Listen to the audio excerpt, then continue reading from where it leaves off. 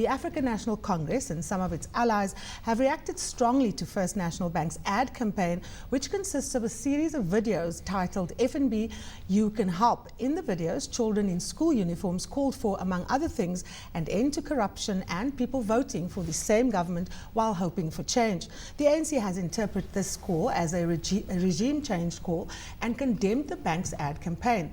The party's youth wing called the actions of the bank treasonous. Joining us now to debate whether the ANC's reaction to FNB was fair and to unpack that growing discontent we spoke of earlier is political analyst and associate at Wits Centre for Ethics, Eusebius Makaiser. Also joining us is, of course, political analyst Ibrahim Fakir. Gentlemen, thank you so much for joining us. Eusebius, let's start off with you. Was the ANC over the top in its reaction? So I think to say that the ANC was over the top, Karima, is probably to be very kind and to understate their reaction. I don't have a problem with robust disagreement, but I think if you look at the ANC's reaction, calling this an attempt at regime change, the Youth League branding it treacherous and treasonous, it's not clear to me that the ANC is responding to the content of the criticism. It's quite clear that they are annoyed that criticism is forthcoming at all, and I think that's dangerous because corporate citizens, like human citizens, are entitled to express how they feel about the country in which they operate. But Ibrahim, do you share this view? Is it correct for a corporate institution like FNB to be making a political statement? You know, I think corporate citizens, as Eusebius is saying, have the absolute right to say what they want to say, and that's fine. But then they have to deal with the consequences of what they in fact say. Now, the two consequences arise. First is, of course, we must expect a reaction. Why we assume that a governing party, not the government, but the governing party, who is a political party which feels that they're under attack by this corporate citizen, shouldn't respond, is beyond me. Secondly, you must expect not just a response, but actually some action. So sometimes governments use certain banks or financial services or whatever services might be in the economy, and if they pull their business, well, that's a consequence of you saying what you want to say. Now, I agree, if you want to be part of the political space, be so, but then be prepared to take the consequences which come with it. What frankly surprises me is I think FNB's reaction was over the top by pulling the advertisements. Why, if they have the courage of their convictions, didn't they stick with it? Eusebius? Karima, it's not good enough to just say, well, if you're going to be playing with the big boys, expect that sometimes they're going to give you a nosebleed. The question, Ibrahim, is it appropriate for government to effectively try and bully a corporate? Because the implication here, when you say there will be consequences, what we're really saying in simple English is you might not have business with government going forward.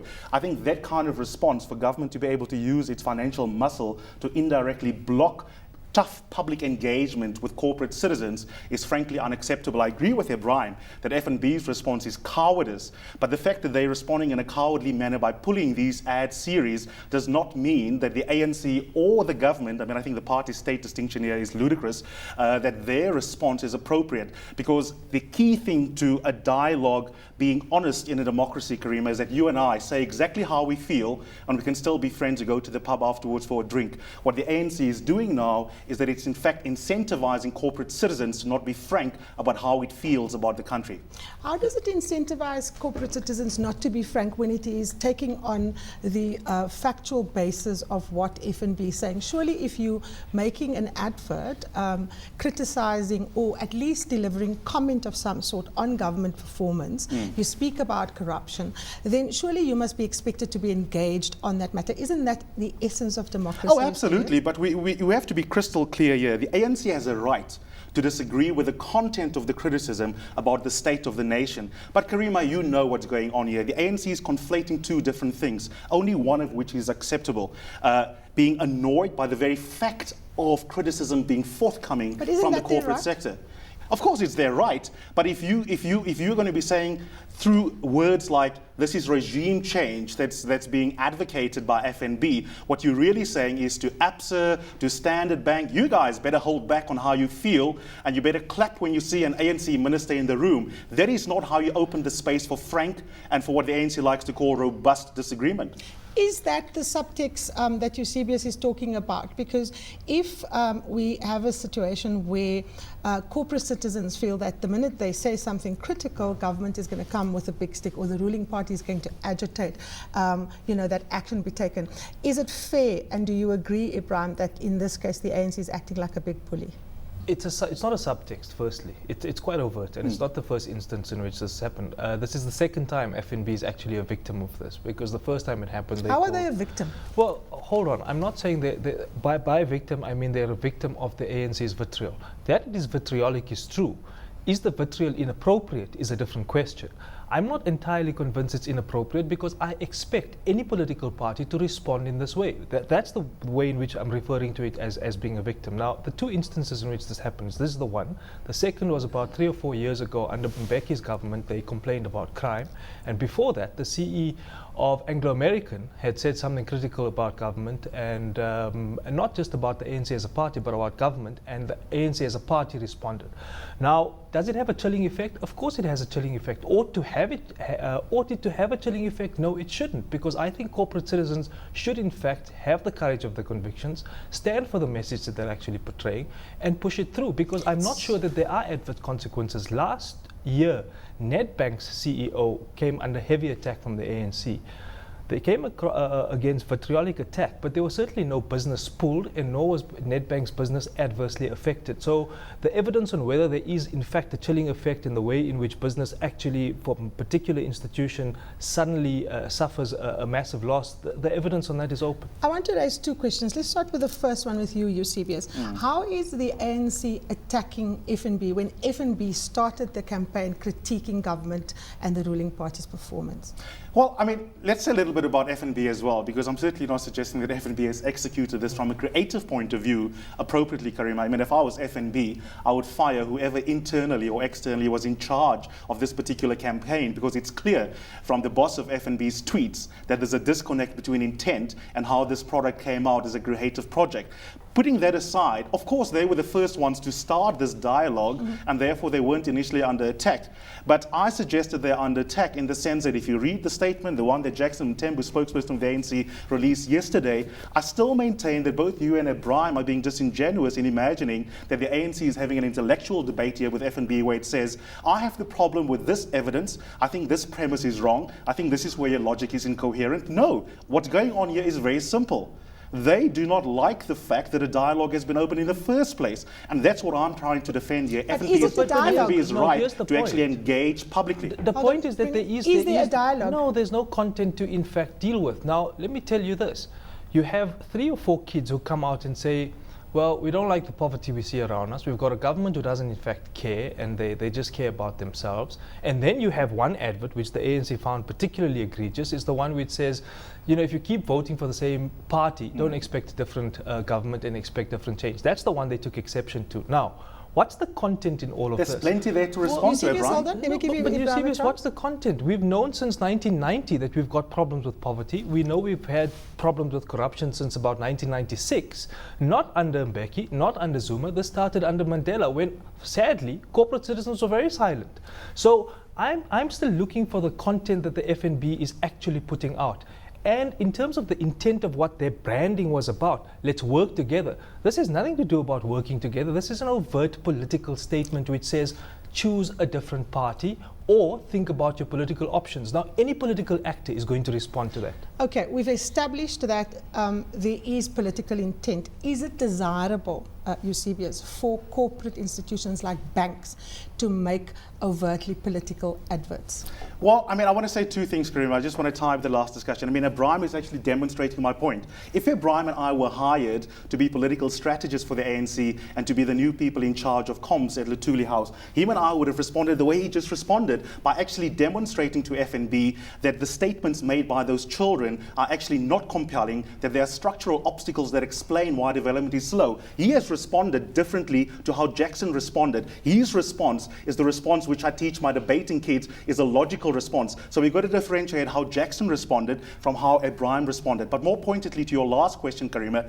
the question is not whether it's appropriate for corporate citizens to have an opinion. The question is it legitimate for business, who's usually quiet, to be able to express a point of view when they feel they need to? And the answer is yes. If I think there's anything legitimate here going on the part of the touchiness of the ANC, it's merely the fact that we're surprised because usually, like advocates in the legal sector, corporate citizens don't usually open their mouth about how they feel. But the fact that they don't usually do it and the fact that we are surprised when they do it doesn't mean it's not legitimate. The way to respond is how he responded, by responding to the content and debunking the critique. The way not to respond is the way Jackson Mthembu did. Now, let's talk about the substance of what the ads contained.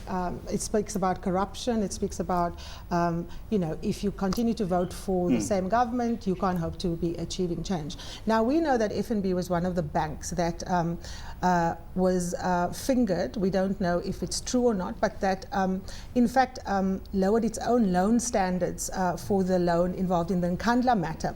Is FNB in a position to point fingers at other actors around corruption That's a very good when question. that bank is itself at the center of a discussion about whether it floated its own banking rules to buy what can only be described as political influence with the first citizen of this country? Well, I think you're right. And here, Ibrahim and I very likely are going to be singing from the same hymn sheet, because the answer is that is one of the, again, more appropriate ways for the ANC to respond, which is to actually ask tough moral questions about business and about business's role in sustaining the very problems that the children are speaking about in the ads. And I think you flagged one dialogical move that the ANC could have made, which would have been compelling. Okay, Ibrahim? I suspect, firstly, we must expect a call tomorrow from the Thule House. I'm expecting a huge salary, of course, if anyone's listening. Look, I mean, Eusebius, that's all absolutely appropriate. Thank you. The problem is, in real politics, you have instinctive responses in half-a-page statements in which you need to say something punchy, quick, and responsive, right? And so your immediate response is, this is a political engagement with us, and we're going to politically engage with you, and our political engagement is not at the level of logic, it's the level of rubbishing what you're saying by saying you are not in fact doing something productive and constructive, you're in fact asking people to exercise a different political choice. Now, as a political actor, any political actor is going to instinctively respond in that way. They're not going to think about the dialogic process of the content of what they're saying. let's- You're being far too kind, Ibrahim. What next? Jackson Mthembu saying, don't bank with FNB, don't bank. Political parties do that, and they do that all the time. But surely, let's remove the ANC's response from the issue. The question on the table here is it appropriate for a banking institution to make a very overtly political advert that actually calls for people to vote differently 18 months before we go into an election? Poor people have been in this country protesting on a daily basis that they are unhappy with the pace of delivery. They don't have the money to take out an ad. What kind of leverage does this give a corporate citizen? Plenty of leverage, and Ibrahim? appropriately corporate citizens can play the game as much as they want, but have the courage of your conviction and see it through. FNB are not prepared to see this campaign through, like they weren't prepared to see their crime campaign through. Graham, I think that's a fascinating question, to use one of Ibrahim's favorite words, a fascinating normative question about whether businesses and corporate citizens... I thought I'd banned the word normative from this debate. whether corporate should ever express a point of view. But I think you've got to ask yourself, Graham, and many of the viewers out there, why are we shocked at the idea that a corporate citizen can have a point of view? Corporate citizens are very weird creatures. We're not talking about a point of view, we're talking about a political Even action. a political point of view, because you've got to remember they've got a stake in the stability of the democracy because it impacts their bottom line. Now, if you're in the business of operating as a business player and you have a stake in how secure the democracy is, because that in turn can affect business, you've got to ask yourself, why are the CEOs who are watching this program Beyond Markets, why are they not entitled to try and influence the political environment precisely because they want to be able to do effective business here? But do they do it through their institutions, which are business institutions, or should they do it through political parties? They should do it in every which way they think fit to do so. They can do so through parties, they can fund parties, they can help parties in a technical sense, they can provide organizational support. But isn't that exactly what the ANC said in its criticism? If FNB wants to make a political statement, make one. Don't use the bank to do it. Oh, absolutely. I think that's true. But I mean, of course, that's a bit tautologous. I mean, the FNB can only make a political statement through the FNB. They can't make their political statement through any other way. What they ought to have said is don't use kids or don't use some other mechanism to be able to portray your own political statement. If you want to have the courage of your convictions, do so. Unfortunately, in the Nedbank case, Nedbank did so and came under vitriolic attack, especially a particular individual who chaired the board came under vitriolic attack. Now, I think that was problematic in the way in which they responded, because that was devoid of content. That they responded, I think, was appropriate. I think we should just underlie this debate by two things. One, is that FNB should be free to make the political statement they want. But then they must accept that other people who are going to have the freedom to respond, and they're going to respond not just in the way in which they do verbally or through statements, but they're going to respond through action. And often they do so because they have the power to be able to bargain this through the market, because Now, they're in power. we've basically said that democracy is a messy business, it's a noisy Yeah. business, but it needs to happen and it's necessary, it's the Yeah. best system. Let's step back from the immediate example of FNB UCBS. Let's talk about this idea of a social compact that often these very actors talk about, government, business, labor. We've seen it in the case of the crisis in mining. Are we having a fake social compact UCBS, or are we having genuine, robust debate on the critical issues of how to deal with the challenges in South Karima, Africa? I'm glad you foreground this idea of a social compact and that we're going to end there, because it's such an important concept. A social compact is important, but we must not interpret the concept to mean consensus at all cost and fake consensus if necessary. What we have to learn is that at the heart of a deliberative democracy lies the ability of two people to express their viewpoints frankly, to disagree openly and deeply, and to let the dialectic take its own sort of natural course. And my fear is that if we're going to bandy about phrases like social compact to mean I want to pacify the person who disagrees with me, we're doing the opposite to rehearsing what it means to live in a deliberative democracy. 30 seconds, Ibrahim. Yeah, absolutely. That's had a chilling effect, and you see that happen through places like NADLAC, number one. But number two, I think we also don't have, there are some areas in which we do need consensus seeking, and that is that we must agree that inequality is a problem, and that certain voluntary compacts are going to be required for people to say this is the only way in which we can reduce inequality. I mean, regulatory instruments are far too blunt an instrument in order to address some of these social problems. Gentlemen, thank you so much for that robust debate that we've had here.